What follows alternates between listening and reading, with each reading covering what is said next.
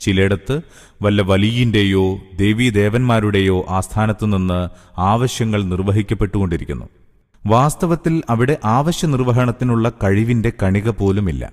ചിലയിടത്ത് അദൃശ്യജ്ഞാനത്തിന്റെ അത്ഭുത മഹാത്മ്യങ്ങൾ പ്രദർശിപ്പിക്കപ്പെട്ടുകൊണ്ടിരിക്കുന്നു.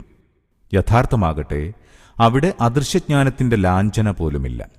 ചിലയിടത്ത് ഒരുത്തൻ ജനങ്ങളുടെ അന്നദാതാവായി വാഴ്ത്തപ്പെടുന്നു. പരമാർത്ഥമാണെങ്കിൽ ആ പാവം തന്നെ ആഹാരത്തിന് അന്യനെ ആശ്രയിക്കുന്നുണ്ടാവും. ചിലയിടത്ത് ഒരാൾ ഉന്നതിയും നിന്ദ്യതയും നൽകുന്നവനായും ഉപകാരമോ ഉപദ്രവമോ ചെയ്യാൻ കഴിവുള്ളവനായും സ്വയം ധരിച്ചിരിക്കുന്നു.